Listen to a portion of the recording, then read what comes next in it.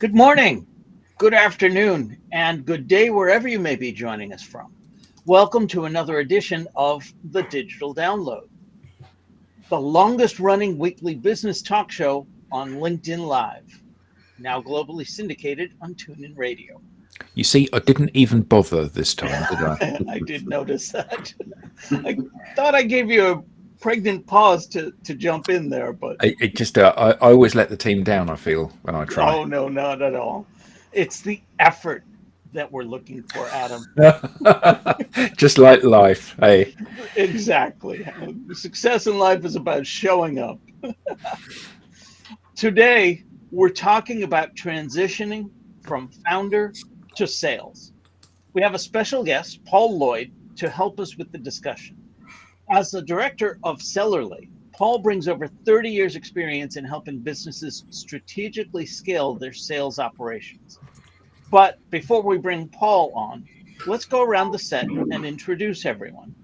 While we're doing that, why don't you in the audience reach out to a friend, ping them, and have them join us? We strive to make the digital download a highly interactive experience, so audience participation is encouraged. All right, with that, Adam, would you kick us off, please? I would be delighted to. I'm Adam Gray. I'm co-founder of DLA Ignite, and I'll steal Tim's saying here because clearly it gives you the opportunity to follow up, Rob. I'm famous for writing the book Brilliant Social Media. I couldn't remember what the book was. It's so long ago that I wrote it. So Brilliant Social Media. And I'm delighted to be here, and I'm really looking forward to this session today. Excellent. Thank you so much. Bearded sales guy, Alex. Hello, glad to be here. So yeah, Alex Abbott. I'm famous for being called the bearded sales guy.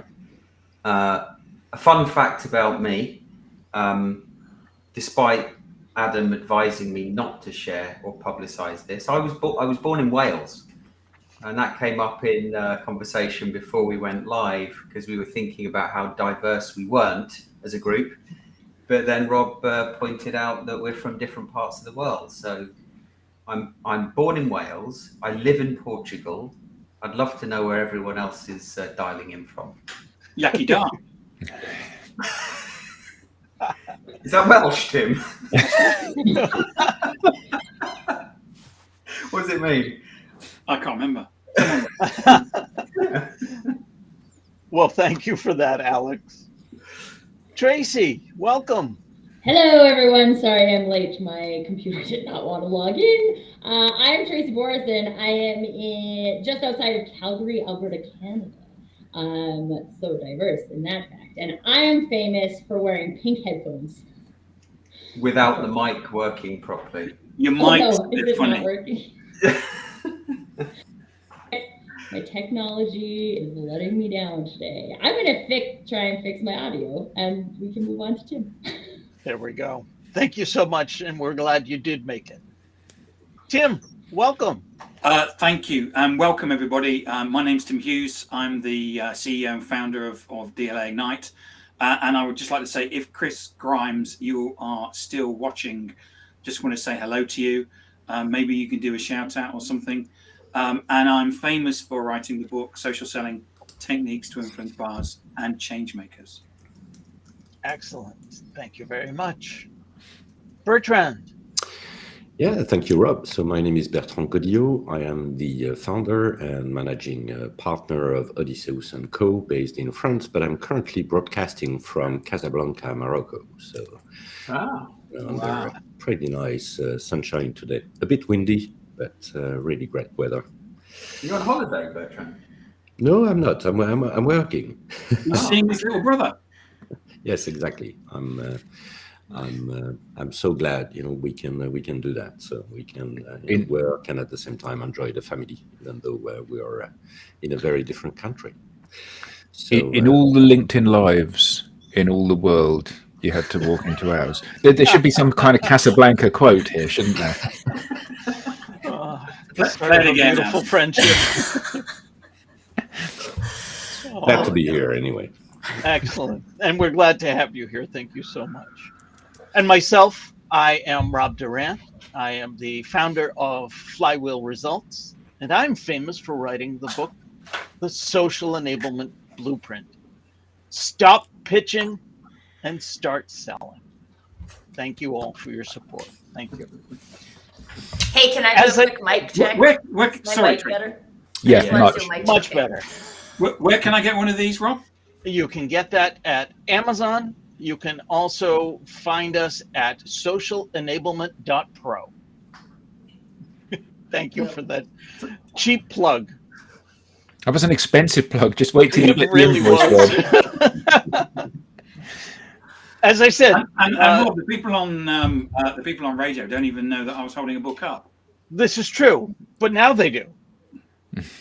We should have. We narrated need the that. little Tim and Adam hold up the book. Right, right. Audio description, yeah. Maybe we need to get a narrator. Yeah, yes, we do. I have lost control already. This week on the Digital Download, we'll speak with Paul Lloyd. With decades of hands-on experience and a track record of driving significant growth, Paul has guided numerous businesses through this transition. His approach combines practical advice with proven strategies to help you elevate your sales performance. Let's bring him on. Paul, good Hey, morning and welcome. Oh, good morning to you. Thank you for having me. Paul, let's I'm not- start by. Oh, I was go going to ahead. say, I'm not famous for anything. Paul, do if have you're a- on this show for long enough, you figure out something that you're famous for. But Paul, the But I do good have a thing, Welsh name. but Paul, the good thing is that you're the person that bought all the books that we've written. Nearly all of He's them. the one. You need to get another one in the set. Oh, is that what it is? Tim is currently holding up Rob Durant's book. Yeah, so Oh, I'm speaking from the south of England, from a 15th century cottage, real beams for those that. Nice. And the Do sunny you have time. do you have a grass roof or? I do have a grass roof. You have a grass roof. Well, I have a grass roof actually, but yes. Grass. Well, it's actually reed. It's not straw, so it's Is it not? So mine is long straw. Yours is water reed, is it? yeah. So mine's reed. Hmm. And apparently it burns very well. My son works in the insurance game. He works with high net worth individuals, and they refer to thatched houses as tinderboxes. So, and I can't get insurance through him. Yeah, it's increasingly a struggle as time goes by, and there have been a number of house fires around us, so it's always a bit scary. There's about 60,000 in the country. wow. Not fires, but thatched. But Paul is also an apiarist. And he's also an apiarist.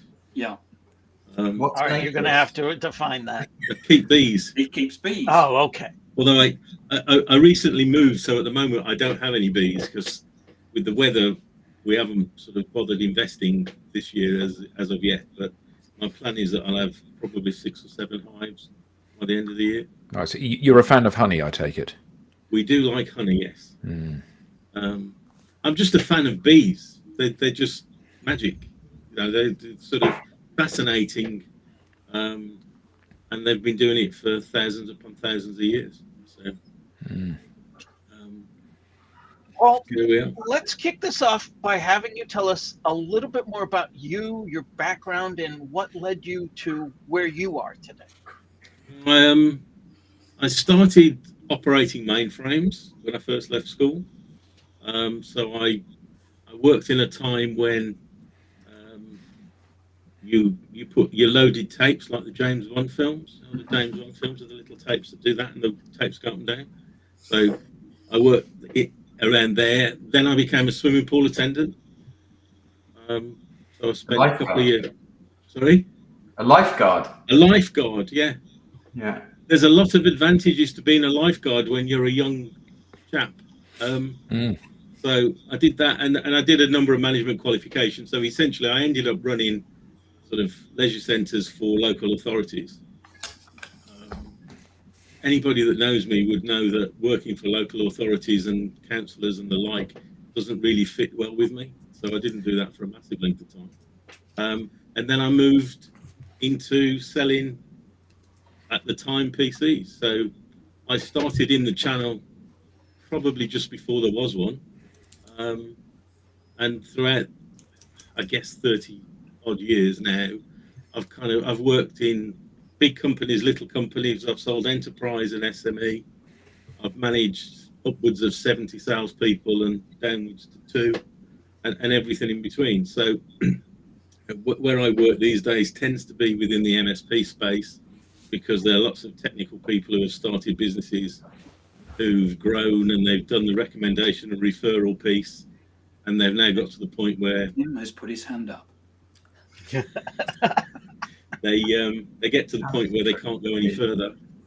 Paul, what's an without- MSP? Oh, I do apologise. A managed service provider. Okay, You and would understand. what's an MSC? Is that medium, small enterprise or something? SME being small, SME. medium enterprise. It's obviously my dodgy accent or a dodgy microphone. So I tend to work with smaller businesses, or it may be that they've got a small sales team, but they don't know how to manage it, or they don't know how to direct it. And so I offer a sort of a virtual sales director type role. So I'll sort of help and coach from the outside, some mentoring, some coaching, sometimes doing the job. So, but all from a sort of a top-down type of approach. I tend not to get involved in the kind of sharp-end sales training, because it bores me to some extent, I guess. But I mean, it's fascinating. So I've got some big clients, but generally speaking, they're quite small. You'd understand MSP services as outsourcing.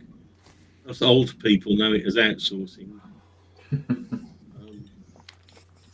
Let's kick off today's discussion with a foundational question. For the founder transitioning into sales, what are the key steps in transitioning from a founder to a sales-focused leader? Mindset. Mindset. I think that the hardest part, in many respects, the hardest part of what I do is to get them to start to think about achieving a number and perhaps just getting there. So, when they run their businesses as it is at the moment, and they get recommendation and referrals, and if they don't get any, they're reasonably happy with it, because it grows over time. So many of them have been in business for 10 years and they've added 3 or 4 clients a year, and now they're doing $1.5 million or whatever it happens to be. But when you start talking to them about they want to grow, and you say, well, you're going to have a plan, and now we've got numbers, and we've got to go from here, and we've got to reach those numbers, which means we have to do something. And that's a concept that they don't necessarily grasp the first time. So, Paul, I have a question, and I might be jumping ahead because I tend to do that. But from a mindset perspective versus like sales skills perspective, because I think a lot of people who create businesses to fill a gap in an industry may not identify as a salesperson. So in your experience, would you say it is more about the mindset and or a specific mindset, or sales skills? I think initially it's more of a mindset, because what they've done is they've grown their business. A lot of them, they've been made redundant. They've got some technical skills. They know somebody who needs some help, who knows somebody who needs some help, and they put that together. And then they go and the first recruit tends to be an engineer, which really it shouldn't be. It should be somebody in admin to do all the other bits of work. But they take on an engineer, and they grow through recommendation and referral. And then when they then want to grow what I would class as deliberately, so I have a tendency to sort of start looking at selling deliberately rather than waiting for it to happen to you. And when you start that, there is sales process involved, but I genuinely don't think at that stage it's a clever, this sort of clever sales. It's a process to get them used to the idea of moving things through a pipeline and winning business, then they add their first salesperson, and then once you get into one or two of those, then the salespeople will obviously need some training. But in terms of getting the structure right to be able to do that, it's the bit that they all miss. They just think, give them a desk, give them a chair, or give them access to Google, and they'll go and bring us some business. Because I don't like that. So. Is it that many of these leaders have probably not been in sales themselves? Well, that's fundamentally the issue. Is that I was saying to Rob before we started, certainly in the UK, sales is the job you do when you can't get a proper job.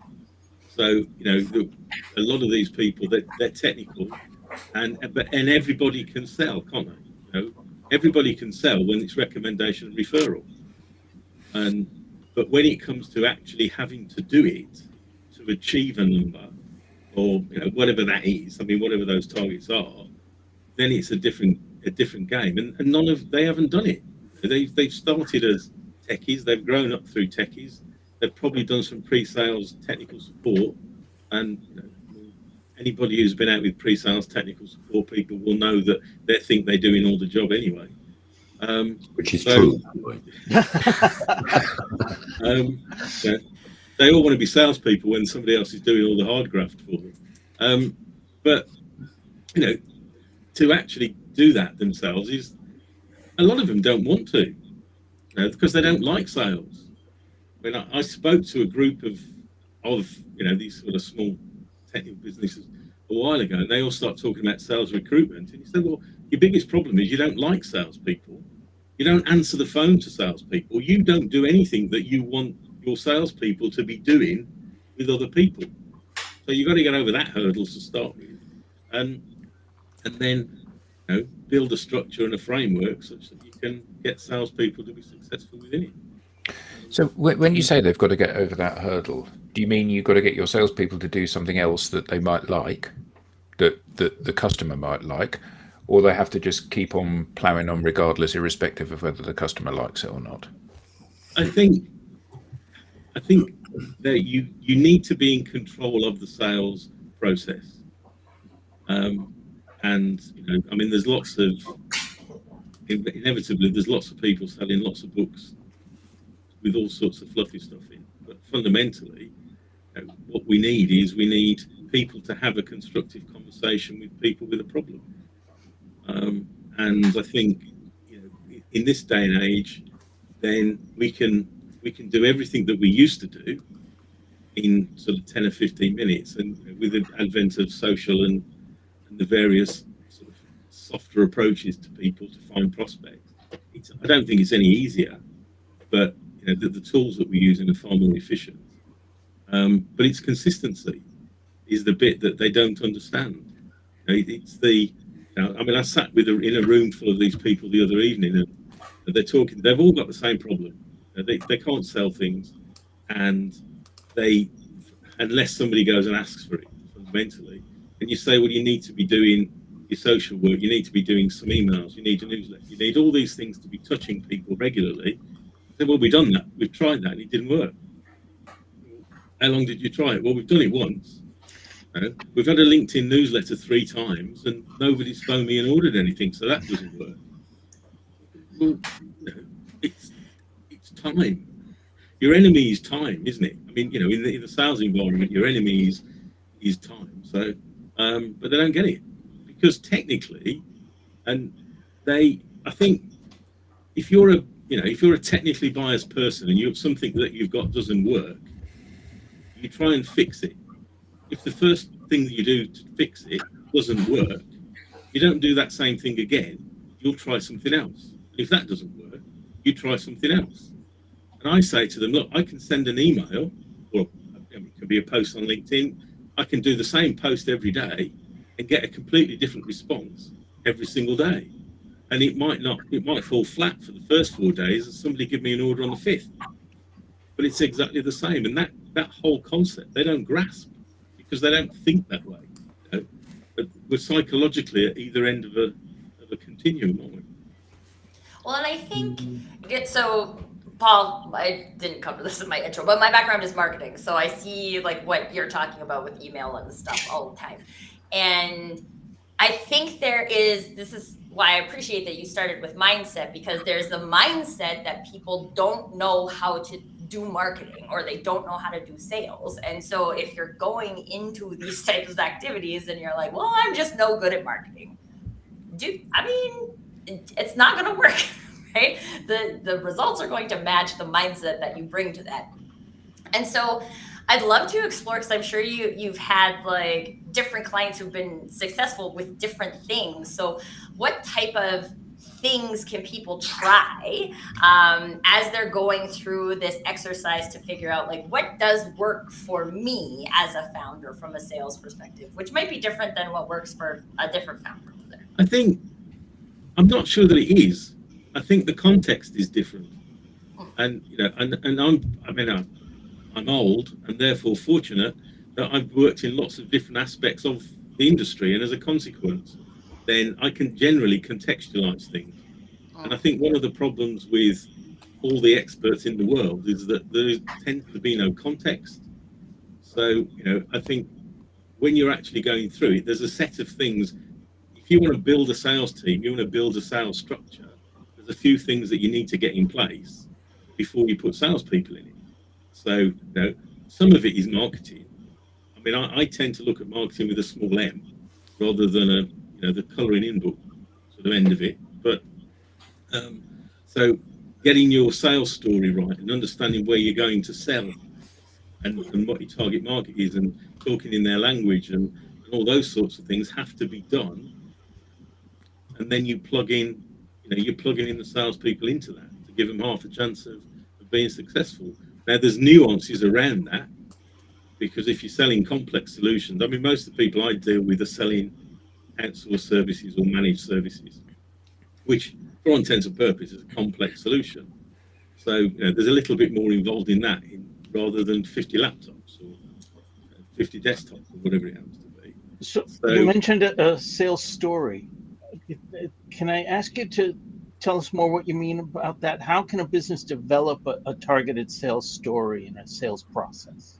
The way that I do it and is built around the sales story itself is built around why do your clients deal with you? So, if somebody says to you, what do you do? You're not telling them what you do, you're telling them why people deal with you. And then looking at the pains and issues that you solve for that client. So, and I've got a template, which I want to say I stole out of a book by Mike Weinberg, but essentially... He doesn't watch the show, Paul. So well, he might do if I'm on it. Touché. But so I've got this structure, which is a simple intro.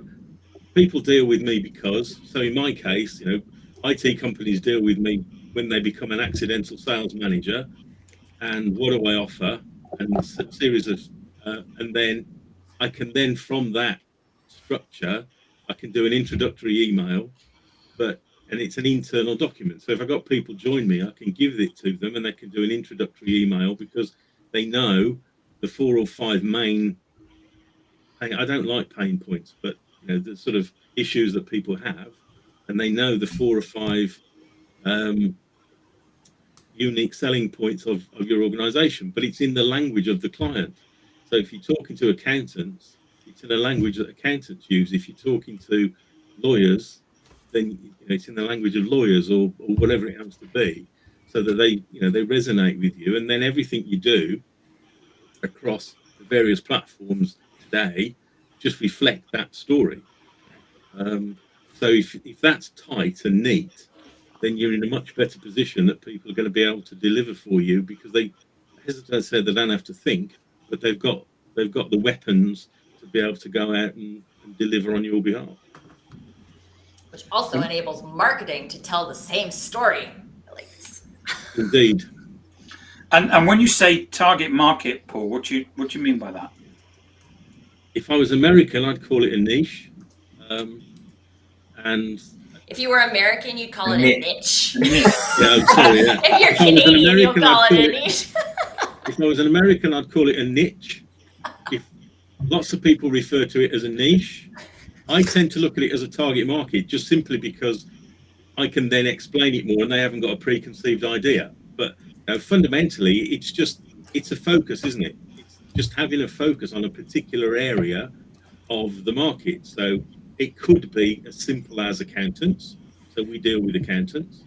It could be a particular technology. So, I had a client at one point whose specialism was dealing with large data files. So what we then did was we found companies that needed large data files. We built a list of 400 or 500 companies that we could identify with the right size, in the right place, had the right issues, and then we just simply go to those 500 over and over again, rather than sort of spraying thousands upon thousands of people once. We've got 500 people that will deliver to on a regular basis, but actually focus in on it. So I'm fortunate. I actually won one of the first national supply agreements in the UK for the NHS. So we actually built a team selling to the NHS, and I actually called it NHS Direct before there was an NHS Direct, which doesn't mean anything to anybody who's not in the UK. But we have a service now in the UK called NHS Direct, and I used to have a phone number 30 years ago that was NHS Direct, and we used to do a regular email, but we could talk to them in their own language. We could talk about people that they knew, who they were within that community. And then I built a team selling to building societies, and we didn't have any building society specialism, but we had a case study, and we wrote a list of all the building societies, and we went and talked to them in their own language about the things that they were interested in. And it's that focus that makes it successful. It takes a little bit more time. Isn't the challenge, though, that you go to talk to somebody in their own language, but they're not listening? And the reason they're not listening is that there's 1,000 other companies that want to talk to them in their own language, that claim to be top quartile in performance, or customer focused, or absolutely putting the customer, or having these unique attributes, or being market leading and having case studies that look just like their company. And you're just another person that's banging on the door, and they're not listening. And the challenge is getting them to listen, isn't it? I think so, but I don't think there are all those people that focus and do that piece of it. Lots of people talk about it, and too many people have too broad a market to go to, or they're doing it in it's not honed, would be a good word. Well, that's certainly true, but the challenge is that you write something which absolutely is designed to resonate with me as a insert niche that I'm in there. So that's the person. So you write something that absolutely is designed to resonate with people like me, and there are loads of people in that group. There's 6 of them on the call. So that's your target market. But the challenge is that I only know that your communication resonates with me when I've read it, and I'm not going to read it because I'm too busy. Why the hell would I read your thing? Because I don't know who you are. You're just another person saying words to me. It's like when you go onto LinkedIn, or you open your email, or you go to any kind of website that has banner advertising on it. Everybody claims to have the solution to solve your problem. And the challenge invariably is, I like that, Rob, with you being the large image. The person who's talking not on the screen at all. Yeah, that's a win when it's me speaking, I know. But the challenge is breaking through the noise and the barriers that people have. Because, Tim tried to sell me something, and he said, I am absolutely the person that can help solve this problem. And then 2 minutes later, I had Alex phoning me up, and Alex said, I'm the person that can solve your problem, and I'm better than all of my competitors.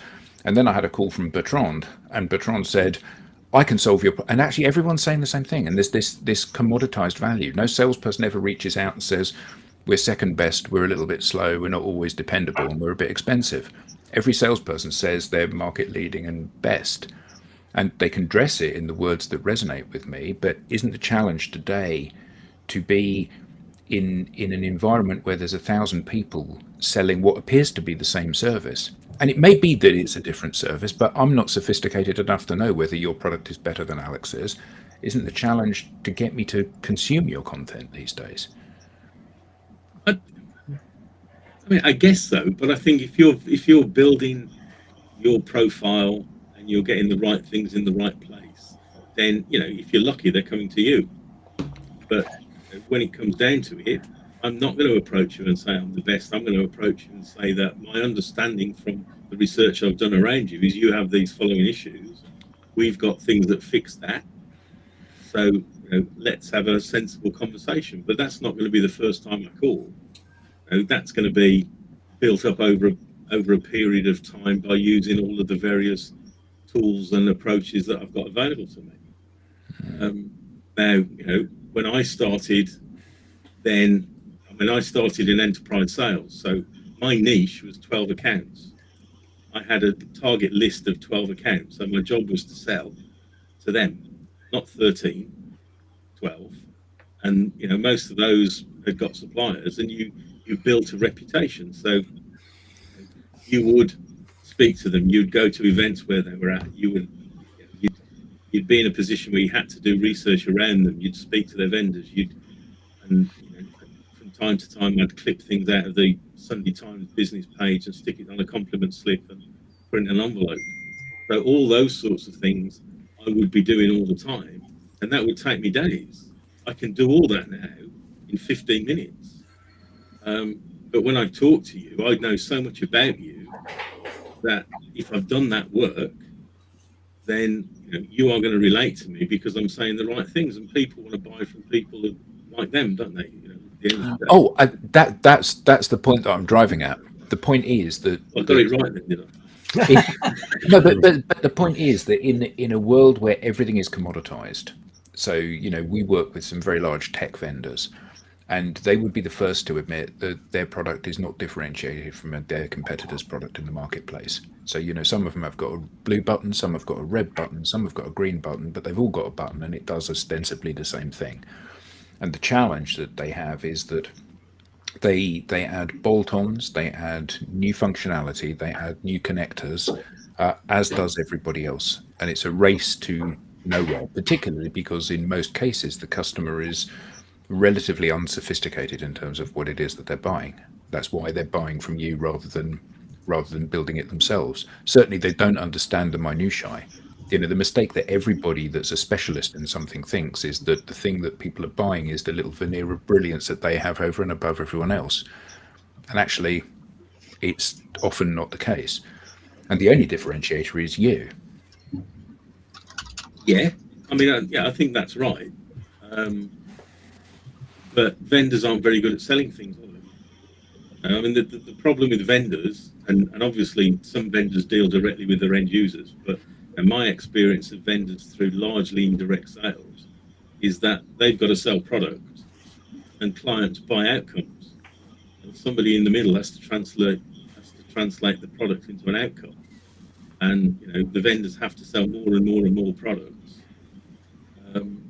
They're not really interested in what the end user's using them for, as long as they're buying them.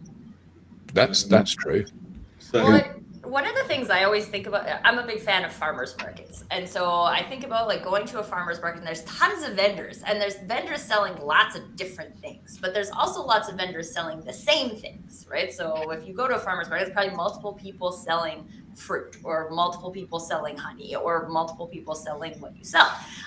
Sometimes you get the artisans that can craft something that's pretty unique, but generally there's someone who's selling pretty much the same jewelry as the person right across the way. But there's something else. There's something that draws you to a specific booth. And Paul, you like honey, and so maybe you are drawn to the honey booths, maybe to buy, but maybe even just to assess what are they doing that I'm not doing, or how are we competitive? But we all as individual consumers have that experience that we're going to resonate with specific people selling specific things, and we are not going to resonate with other people. So one of the things, because we're kind of talking around this point a bit, but I I'd love to just talk briefly about the concept of almost like if you are a farmer's market booth, like inviting people in versus like persuading people to buy, right? Because I think like if I don't like honey, doesn't matter how hard you persuade me to buy honey, I'm not going to buy honey. Right? I don't want honey. I actually really like honey. It's a bad example. But like, you can't convince me. You can't convince me to come and taste your jerky if I'm a vegetarian. But what you have to do then is you've got to present it in a way that resonates with you, which is essentially, I guess is what I'm saying here, isn't it? Is that your language has to address your target market. So if your target market is, again, use accountants as an example, then you've got, if you're using an accountant's language and you're putting out things there that are benefits. So, I mean, I'm not sure it is a good example necessarily, but I'm doing something with a client at the moment where everybody's talking about AI and everybody's talking about Copilot and all these things, but nobody's talking about what it does, what benefit is. It's all AI. Everybody's got something now. And so we've recently done a video with, you do these jobs. There's a list of long and hard, sort of boring jobs that accountants do. So you're doing this, you can't be happy doing that. So why, we can use Copilot to make it look like this and make those jobs go away. And that's an outcome.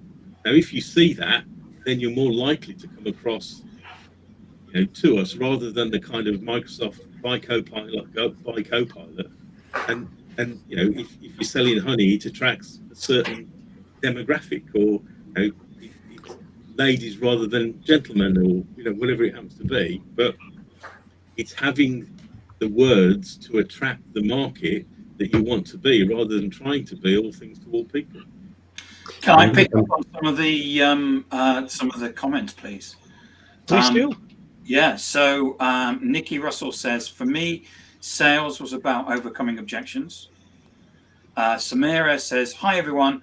I hope I got the message correctly. I just joined to your event. I was sales manager for 10 years. And in my opinion, the crucial factor in sales is trust and believing on what you sell. She goes on to say, if they don't even listen, means they don't trust us. And she also says, and also information and knowledge in the area we are active on is crucial. We have to know the products in our field so they listen to us. After all, they notice we are knowledgeable. And Nikki comes back and says, it's more about building a trusting relationship. You are partnering with them, not being transactional. If you know that they are going to be by your side, grinding with them until they reach success, they are more open to connecting further for business purposes. That's why with sales, it's a process with multiple outreach messages or referral and recommendations. Thank you. I think there's a theme in almost all of those that I'd like to pick up that I'd love to hear your thoughts on, Paul, is this creation of trust before the creation of like a trusted advisor, right? So I think a lot of times salespeople are like, yeah, I know this and I know it more than you, right? You should trust me because I know it more than you. And we show up, and from a marketing perspective, a lot of this is about educating. I'm using air quotes for those people who are listening on the radio. Educating people on like what we do and how they need to fix their problem. But I think this trust component comes first. So, and at the beginning, we were even talking about like referrals and things like that. And all of that's a trust-based relationship. So what are some things people can do to create this trust so that people listen to them, so that they know they are knowledgeable and can help them fix a problem? I think a lot of that, I mean, in this day and age, a lot of that comes from your social proof and your social media presence, and people being able to learn so much about you, as a company or as an individual before you get to that stage, and listen. Just listen. I guess from a sales perspective, often there's an arrogance in terms of I'm going to tell you rather than I'm going to listen. But I think in this day and age, I think the world's turned a bit, and people have problems. They can do lots of research for themselves. You listen to what they've got to say, and and if they're right, they're right. If they need some help, they need some help. But I think it becomes it's a two-way street, isn't it? in the 50s, we would have wanted to bang, sort of bang things out and close it off. Today, we want an ongoing relationship with people. So we've got to do it properly, and we've got to be honest and upfront and look for social proof. I mean, a recommendation, the process of a recommendation is somebody comes to me and says, who do you use to do your IT support? So the first thing they would do is they make a judgment on my ability to actually make a referral. So if I've referred somebody who's naff in the past, then they're not going to want to do that. But then they have a requirement, because otherwise they wouldn't be asking for a referral. So when it gets as far as the client or the company that I'd refer them to, they've got some social proof because I've recommended them. They know that the prospect has a requirement, because otherwise they wouldn't have been asking, and they're halfway there. So our job, from a cold hard selling point of view, is to get to that stage. So it's information, it's relevant information, it's delivering, and being that. To my mind, it's going that extra mile, and getting people to rely on, trust. People will trust if you earn it, don't they? I mean, I get the impression founders are really good at building trust because they've got deep knowledge, and they have something of value to say, and when they open their mouth, especially if they've been doing the thing that they do for many years, they're talking to their target audience, and their target audience is kind of interested in what they have to say. But then that challenge is scaling the business from. But they're also very passionate about it, aren't they? Now, if you can't sell your own business, and it's passion and it's excitement and it's every client that you've got, everything you've done for them, all the reasons that they deal with you. You've got your 4 a.m. story. It's what is it? It's 2:45 on a Friday afternoon, and my major client phoned me because everything had gone down. We were all looking forward to go to the pub at 5 o'clock because the sun was shining, but everybody took their jackets off, and we worked all weekend, and we got it all up and running, and everybody was happy. And all those sorts of things that are what I try and get them then to kind of bottle and be able to pass on to people that join them, because nobody's going to sell with the same level of passion your business as you do. No. And then the challenge, that chasm that they have to cross, I think, listening to some of the conversation about messaging and then arming other people, let's say salespeople, with that message, they don't have the same level of passion as the founder. And so if you think about how things have changed over the years, and to Adam's point, is tapping into an individual's personality and their authenticity that is going to open the door. And I think listening to some of the comments or reading some of the comments here from Nikki and Samira, it's that trust, isn't it? And but I think this is also interesting, Alex, because if a founder can speak very passionately about the business and why it exists, and I think that also, while a salesperson is like now an arm's reach, right? They're not the creator of that. But I think when we have the opportunity to share that kind of story, it allows us to attract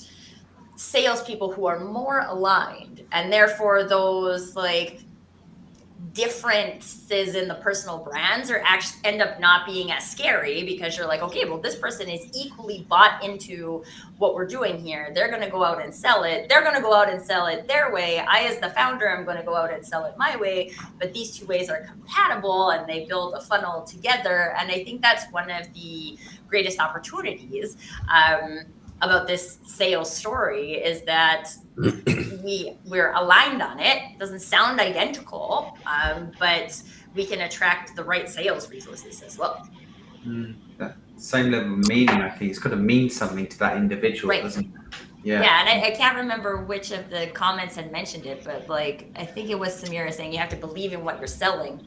and I've seen that happen from a like sales hiring perspective. Is you get somebody who has 20 years of experience in sales, but they are used to selling heavy equipment, and now they're selling software as a service, and they're not passionate about the solution. So can they sell? Absolutely, they can sell. They have a great track record of selling. But selling something you care about or you have deep knowledge in is different than selling something to sell something.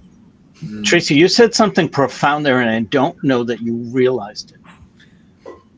They have to be passionate about their solution. They don't have to be passionate about their construction services or their IT services or their waste management services. I mean, really, when you think about it, I would have a hard time being passionate about waste management.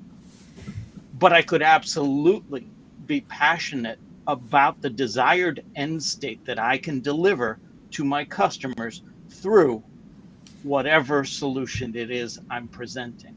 And I think that's what gets lost with salespeople in general. And I would dare venture to say founders in particular. Paul, what is your experience with technical founders in that regard? I agree with you. I mean, when it comes down to it, it's all about an outcome.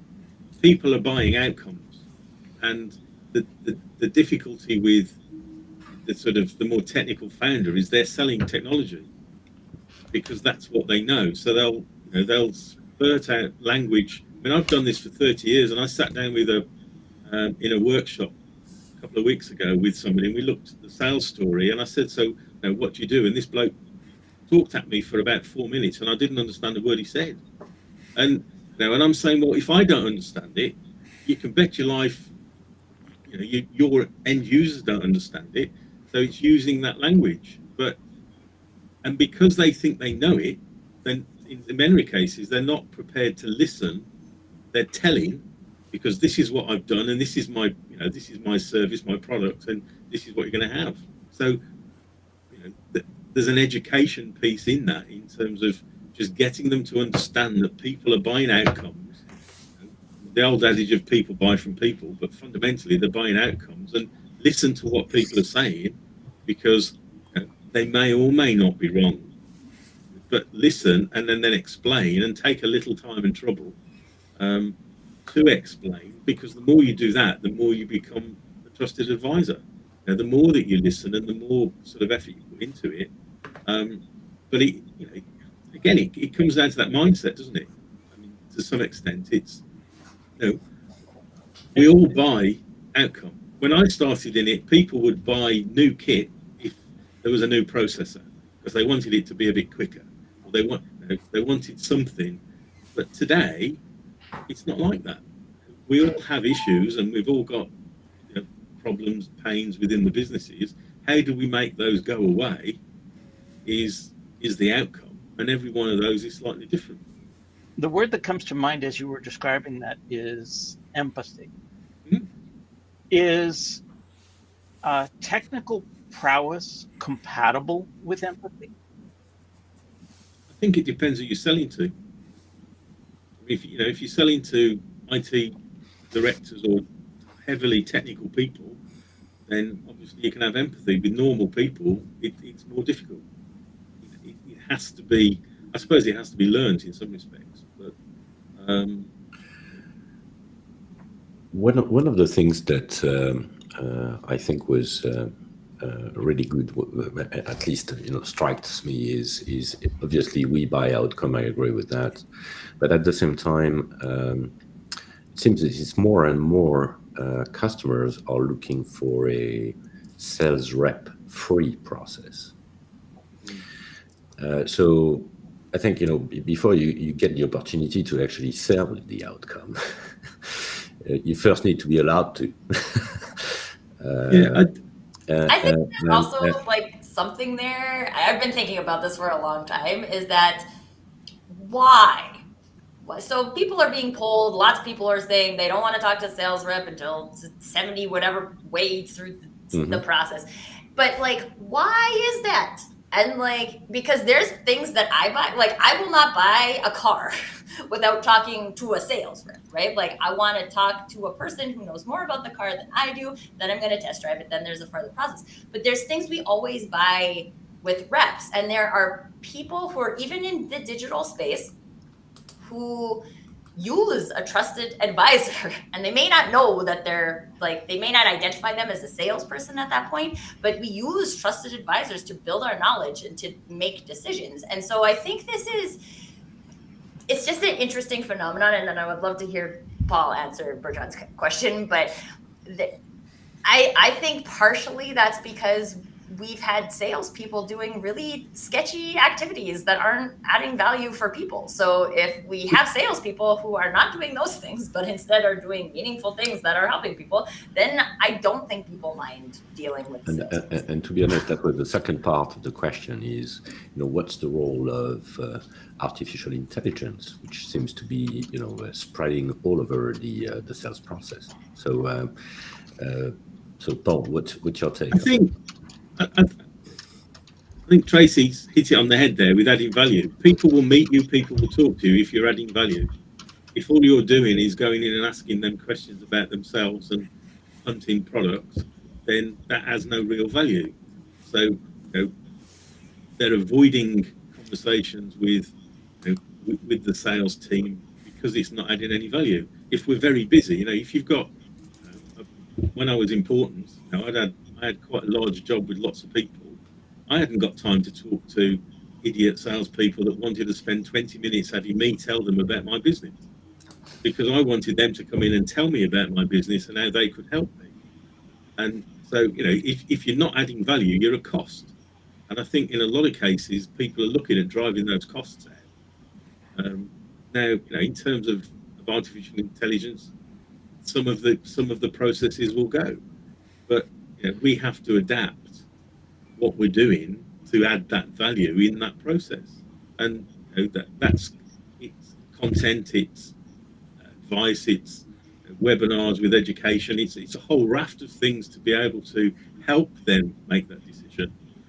And if you can't help them, so if let's be fair, if you wanted to buy 50 laptops this afternoon, you'd go on the internet and you'd find the cheapest price for 50 laptops, because nobody could. The salesperson's not going to add any value to that if you know what you want. But if you wanted them connected to a network in 50 different places around the world, that becomes a different proposition. And so it's really structuring the whole thing to address your market and the people that you would like to buy your stuff. But it's, I genuinely don't think it's like it was 20 years ago when you had to drive, constantly driving it out, because we are in a world where people are looking, and just because they think they know what they want doesn't actually mean that they do know what they want when they get as far as you. So if you know your market, if you know the problems and the issues that you solve, and you can have a sensible conversation, then you're more of the way there, aren't you?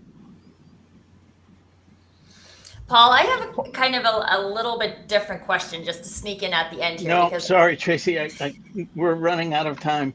I know. I think it will be quick. I think it will be quick because I think it's going to be a one-word answer. That's why I'm sneaking it in. So for people who have been in a sales role and have created their own business and now have to go back into a sales role, but maybe they have different sales structures or different sales strategies because they were doing what someone else told them to before, and now they can do their own thing. Do you have any quick advice for those people in terms of reframing sales for themselves? I think it's quite difficult for anybody that has worked in a company with structure to go out and start by themselves. But I think it would always be build your framework, build your process, get all of your sort of collateral in terms of standard emails and content and everything ready, and case studies and all that stuff ready, so that you've got all the answers when you're out in the field talking. And obviously we're all doing an element of marketing, aren't we, these days? So that's important, and it is different to it was 10 years ago. So if you're doing exactly the same as you were 10 years ago, then you're likely as not going to be moving forwards. Rob. Well, this has been great. Thank you so much. How can people learn more? How can they get in touch with you? They can find me on LinkedIn. So Paul Lloyd. My website is cellularly.co.uk, and if they, people want to email me, it's just paul@cellularly.co.uk. So I make it as easy as I possibly can. In the UK, I would be disappointed if I didn't come up. If you put Paul Lloyd into LinkedIn and I wasn't the first one, if you're in the IT world, I would be very disappointed. But Got it. I do put a lot of effort into that. We now have a newsletter. Don't miss an episode. Get show highlights, beyond the show insights, and reminders of upcoming episodes. Scan the QR code on screen or visit us at digitaldownload.live and click on newsletter. On Paul. behalf of, pardon? Sorry, just to confirm, you were the first one. I just typed your name into LinkedIn. Oh, so did I, and he was, yes. There we go. On behalf of the panelists, to our guest, to our audience, thank you all, and we'll see you next time on the Digital